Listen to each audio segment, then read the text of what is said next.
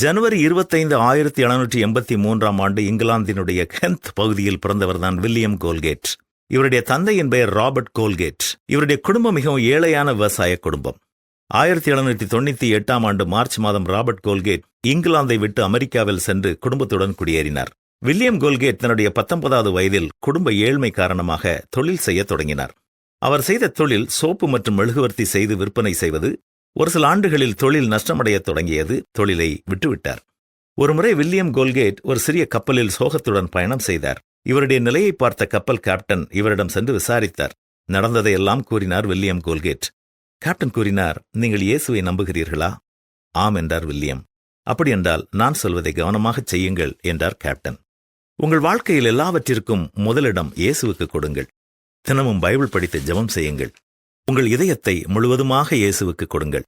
உங்களுக்கு கிடைக்கும் லாபத்தில் கடவுளுக்கு 10ல் 1 பங்கை கொடுங்கள். ஜெபித்துவிட்டு கேப்டன் கூறிய ஆலோசனைப்படி கடவுளிடம் பொருத்தனை செய்து புது வியாபாரத்தை தொடங்கினார் William Colgate.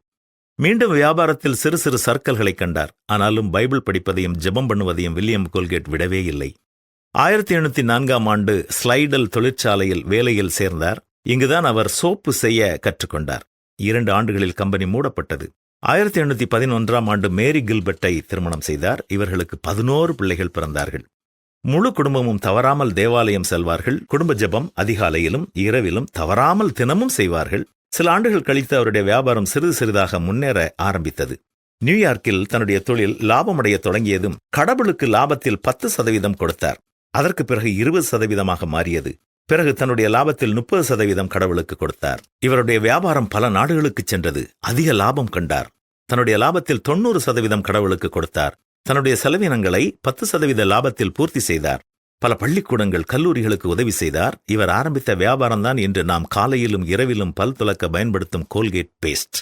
William Colgate 25 March 1857 மரணமடைந்தார். நியூயார்க் நகரில் கோல்கேட் பெயரில் மிகப்பெரிய கடிகாரம் உள்ளது. இதன் பொருள் கடவுள் நேரம் பார்த்து என் வாழ்வை உயர்த்தினார் என்பதுதான். அமெரிக்காவில் கோல்கேட் பெயரில் பல்கலைக்கழகமும் உள்ளது. இது அவர் கட்டிய பல்கலைக்கழகம் அல்ல, இவரது பண உதவியால் கட்டப்பட்டது. இவரின் மறைவுக்குப் பின் இவருடைய பெயரான கோல்கேட்டை அந்த பல்கலைக்கழகத்திற்கு சூட்டினார்கள். கொடுங்கள், அப்பொழுது உங்களுக்கு கொடுக்கப்படும் என்று இயேசு கூறியதை தாரக மந்திரமாக கடைபிடித்தவர் வில்லியம் கோல்கேட். இன்று உலகம் முழுவதும் சுமார் 75 நாட்டு மக்கள் கோல்கேட் பேஸ்டை பயன்படுத்திக் கொண்டிருக்கிறார்கள். ஆம், தன்னுடைய வேலையில் ஜாக்கிரதையாய் இருக்கிறவனை நீ கண்டால் அவன் நீசருக்கு முன்பாக நில்லாமல் ராஜாக்களுக்கு முன்பாக நிற்பான் என்றுதான் வேதமும் நம்மை உற்சாகப்படுத்துகிறது. நாம் தொடர்ந்து செய்வோமா?